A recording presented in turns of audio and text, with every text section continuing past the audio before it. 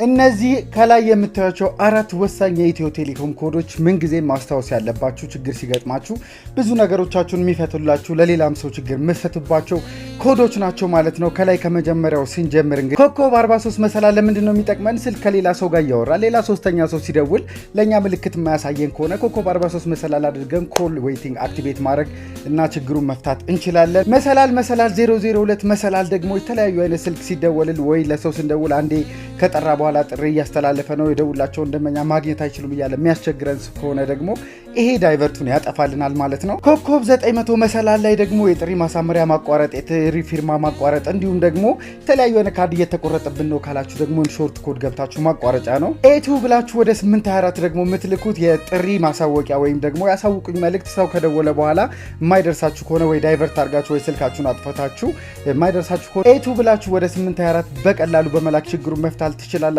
ማለት ነው። የቪዲዮ ከጠቀማችሁ ፎሎ ማድረግ እንዳትረሱ፣ ለሌሎችም ሼር አድርጉላቸው። መልካም ጊዜ።